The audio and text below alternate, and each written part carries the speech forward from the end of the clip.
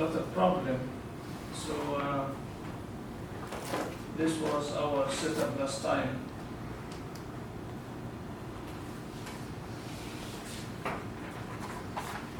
We have here the shear center, the point that about which bending and torsion are decoupled, and we represent the bending by a spring,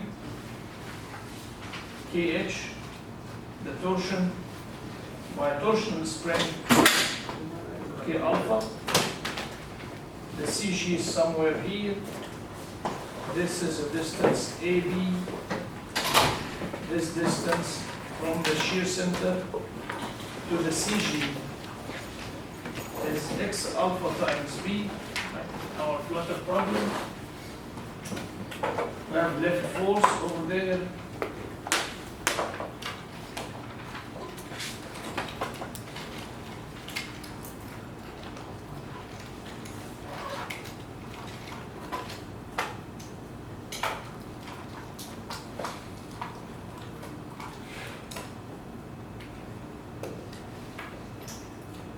And our structural model that we wrote last time, structural dynamics model, was M structure Q double dot plus K structure Q equal forces, which we call F. Let's call them Q, generalized forces, because we will use F for something else. Simply a mass spring system. Q is our generalized coordinates, or your coordinates, simply degrees of freedom is h and alpha. Mass times acceleration plus these spring forces equal to the applied loads, and our applied loads were simply the negative lifted moment, right? Aerodynamics, coming from aerodynamics, right? So yes, we have a simple representation of the structural model, which is just spring, but this can be as realistic as you like with the exact same formulation. So you can have an Euler-Bernoulli beam theory for your 3D wing, something like whatever. If this is your fuselage and this is your cantilever beam, and this H, this is our H now, right? So this H, the bending, the heave deflection, or the plunging displacement, whatever you want to call it. In this problem, we're considering it as a function of time only. Here, it's function of space and time, right?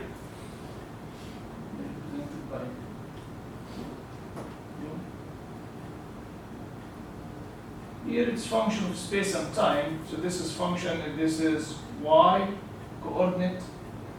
It's function of y and t, but you know that you can always use modal analysis, particularly with this linear theory. So you can do something like this: summation qi of t times some mode shapes of y, right? And if you use the first mode,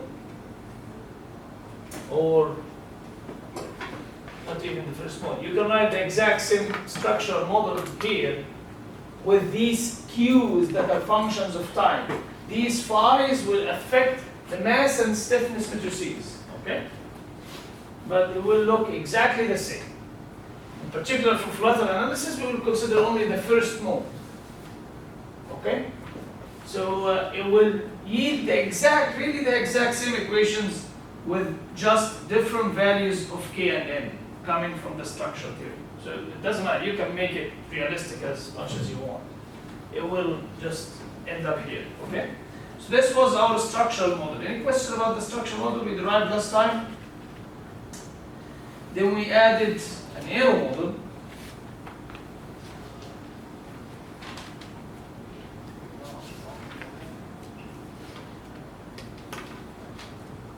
We said we'll start with quasi-steady. So for quasi-steady, this Q quasi-steady, the forces, the aerodynamic loads, quasi-steady fashion, we without further details, we detailed them last time. It was something times velocities plus something times q's, particularly the angle of attack, no dependence on h. Okay? So when you substitute this guy here, then you have the aeroelastic model, which is mass times acceleration plus damping. Mass here all come from structure, plus damping. We might have structural damping, but we ignored it. So all damping come from aerodynamics. Plus here we have structure and aerodynamic stiffness. This is equal to 0. Okay? For us, this is the whole stiffness matrix, it's just coming from structure. This is the whole damping matrix, just coming from aerodynamics. And this is the whole stiffness matrix, that is simply the addition of the two. And from this, we build the state space model.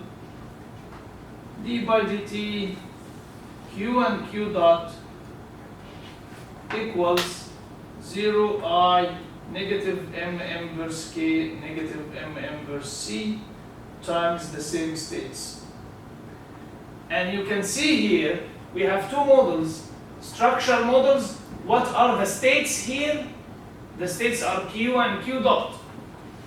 We have aerodynamic model, but because we use the quasi-steady, there is no dynamics, it's an algebraic relation. This relation, we apply it at each time, right? So the q and q dot at this time instant dictates loads at the same time instant. There is no dynamics, it's an algebraic relation. And when you use it, the resultant model, that is aeroelastic, elasticity and aerodynamics. Aeroelastic model, this is the aeroelastic model, the combined model, doesn't have additional states, it's just the structural states. Because the aerodynamics has no dynamics, we use the quasi-state, okay? If you have any problem, please stop me with what I'm saying. So this is our A matrix. So here is X. This should be the total X vector, which is the states of structure and the states of aerodynamics, but we don't have the states of aerodynamics, so it's just state of structure. Equals A, so X dot equals AX, right? This is the standard form of state space. So this is A total, or A combined, or A aeroelastic now. It's not elasticity only, it's not aerodynamics only. Which was function of U. It has a parameter U, and we studied how the Eigen values of this matrix evolve as U grows. So it was a 4x4 matrix, has 4 Eigen values, and they moved like this.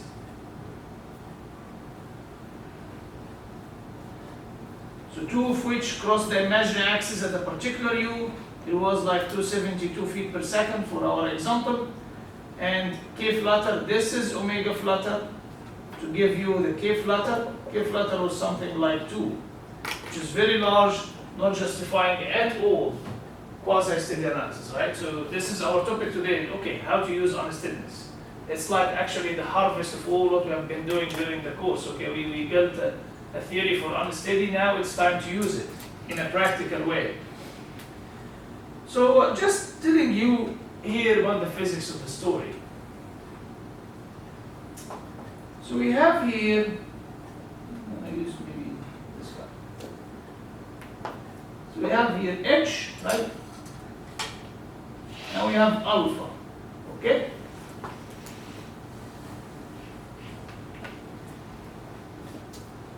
So, if your alpha dot increases, alpha dot is clockwise, right? It's clockwise. So you have alpha dot and increases. This is your degree of freedom, okay? Your alpha. If your alpha increases, what happens to the left? If your alpha increases, what happens to the left? More left. Very good. And the left will be multiplied by this whole distance, which is half b and ab, to get the moment at the same alpha, okay? So the moment will be what? So again, I'm introducing a disturbance alpha, and I'm looking for the moment that will result out of this disturbance. Is it a restoring moment or an exaggerating moment? Okay, a destabilizing moment. So alpha will increase the aerodynamic lift. Okay, and this aerodynamic lift will be multiplied by this distance to make a clockwise in the same sense moment. So this is stabilizing or destabilizing? Destabilizing, it's not restoring, right? And the same, it turns out that this effect, so if it's restoring, if this moment is restoring, what effect is that? What effect? It's a moment due to an angle, right? It's a moment due to an angle. So this is like a spring. It's exactly as if you're increasing your torsional spring, okay? So this is stiffness action. We already learned that the flutter is not a problem of stiffness. It's a problem of damping. It happens where the real part of the complex conjugate pair is zero. The real part has to do with damping. So it's a damping problem. If it's a damping problem, so we should not think about alpha. We should think about what? What's the difference between stiffness and damping? Stiffness is loads proportional to displacement, force due to displacement. And damping is loads due to what? The speed. Velocities, very good. So we said it's not stiffness problem, it's a damping problem. Okay, if it's a damping problem, so I should worry about what? Alpha or alpha dot? Alpha dot. Alpha dot. So in the same fashion, you can convince yourself if alpha dot increases, if there is a non-zero alpha dot here actually, the lift will increase, right? And if the lift increase, the moment here clockwise will increase, further increasing alpha dot, okay? So it's a negative damping. It's a negative damping. If the structure already has its own damping from the beginning, the aerodynamics induces negative damping. That's okay. So they are competing together. But the aerodynamics effect, so yes, the lift is proportional to alpha or alpha dot. And the proportionality constant has what in it? Has dimensions of the wing, and has velocity squared, right? Has velocity squared. For alpha dot has velocity only. For alpha has velocity squared. So for alpha dot it has velocity u. So the larger the speed of the airplane, the larger the effect of the damping from aerodynamics, and it's negative damping. So at a certain speed, the negative damping of aerodynamics overcomes whatever damping exists. And this is the flutter problem. Okay, this is the flutter problem. Any question about that?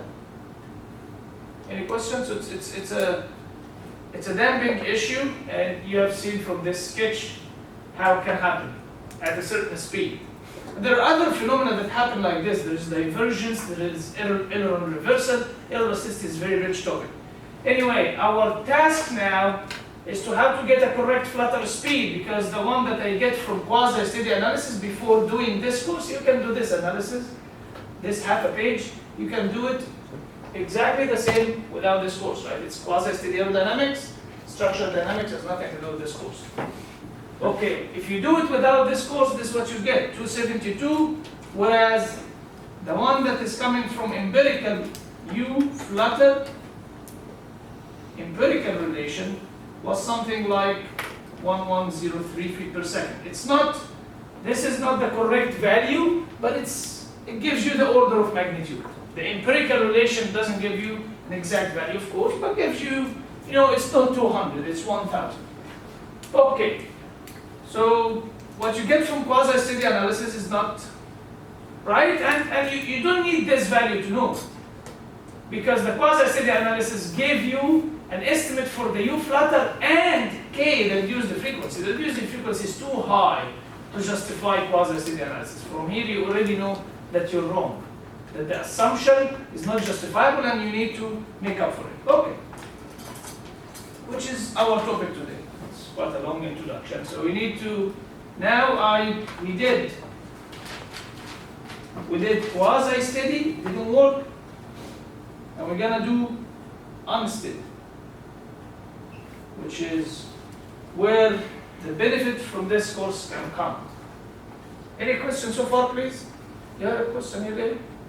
Oh yeah, so I actually have two questions. One is why is it a damping problem?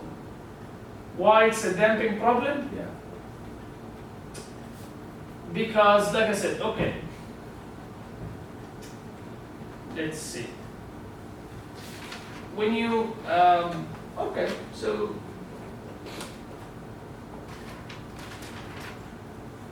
mass and spring, okay? Write down the equations of motion mx double dot equals negative kx, right? Okay?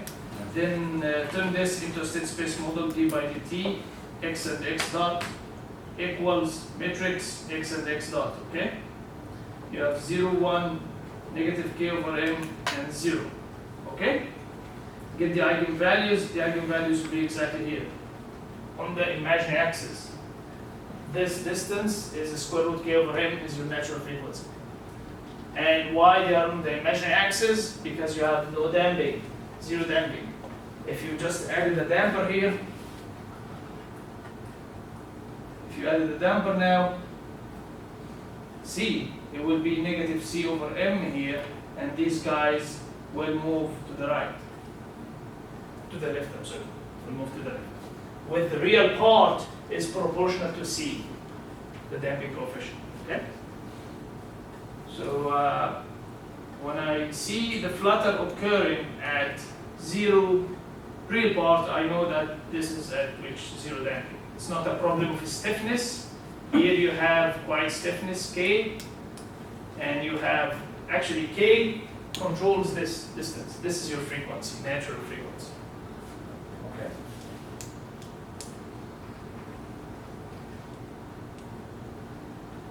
So unsteady. Okay, if I want to get my the aerodynamic loads, which is Q is the negative lift and moment, right? Aerodynamic moment. So according to the theory, the classical theory of unsteady aerodynamics, there is a non-circulatory part and a circulatory part, correct? Okay. For the non-circulatory part, we have L non-circulatory is very simple, is pi rho b squared negative a normal at half chord, which if we substitute that, it's h double dot plus u alpha dot minus ab alpha double dot. So we got the left non-circulatory. The moment non-circulatory is actually, you remember where this guy acts mostly? Do you remember where is our usual lift? Forget about the non-circulatory. Where is our usual lift acts? Mostly? Where it acts? Where lift force acts usually? The what? Aerodynamic center. Where is it? Cortical. Okay, very good. So usually the lift that we know about is